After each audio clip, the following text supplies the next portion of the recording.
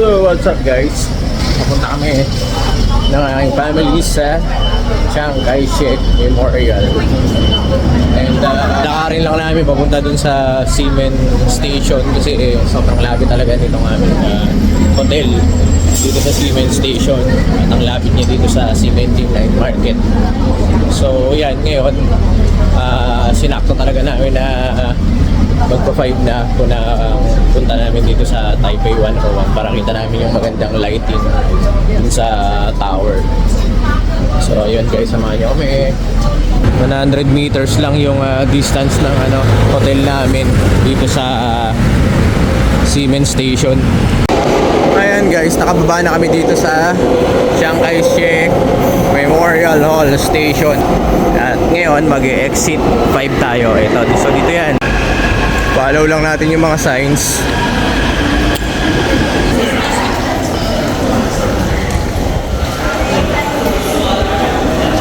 Chiang Kai-shek Memorial Hall.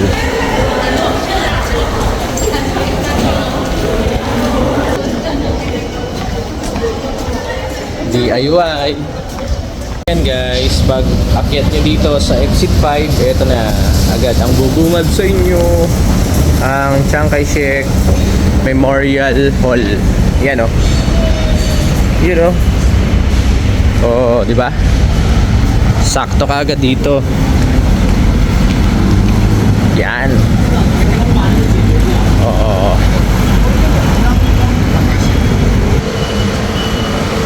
Lamig. Brr. Yan.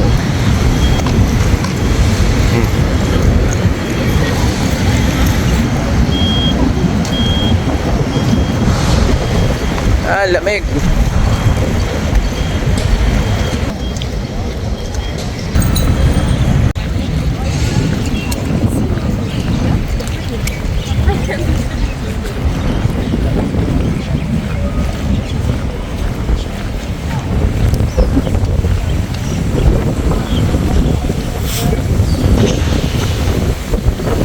It's freezing cold in here.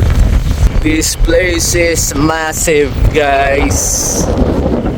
Look how big this temple is.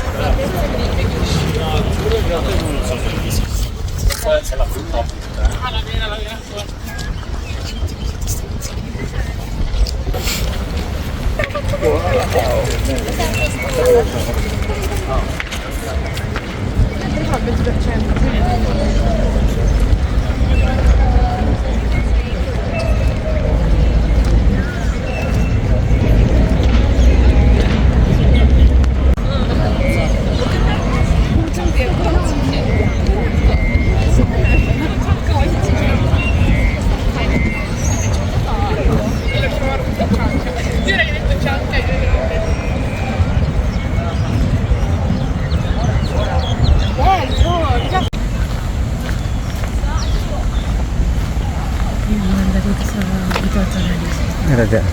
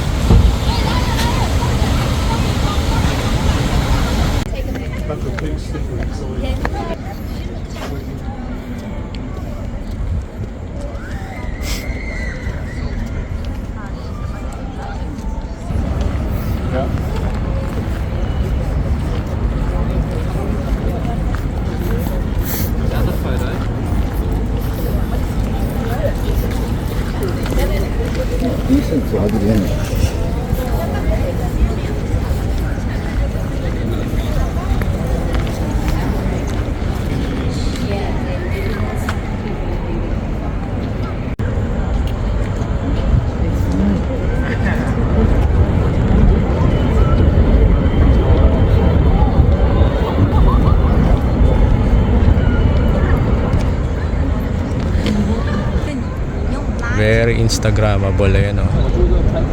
Yan. So may mga pictures din kami dyan. Ayan. This place is very massive guys. Pag nakita nyo sa personal, nakaka-amaze kung gaano siya kalaki talaga. As in sobrang laki.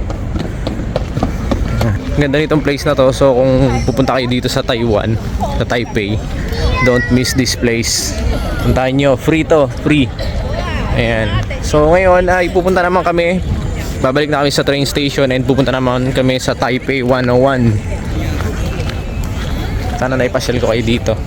So ayun guys, dito naman kami ngayon sa going to Taipei 101. So from Chiang Kai-shek, sumakay lang kami ng Red Line. Isang sakay lang, then 5 stops. And then ayan, mag-exit 4 daw kayo sa Taipei 101. So ito na yun. Nakakatuwa yung train stations nila. Yung transport nila sobrang madali lang, hindi siya nakakalito. Parang Hong Kong lang, actually mas nakakalito pa yung sa Hong Kong. Ito na yung exit ng Taipei 101. Yun, ang galing. Wow.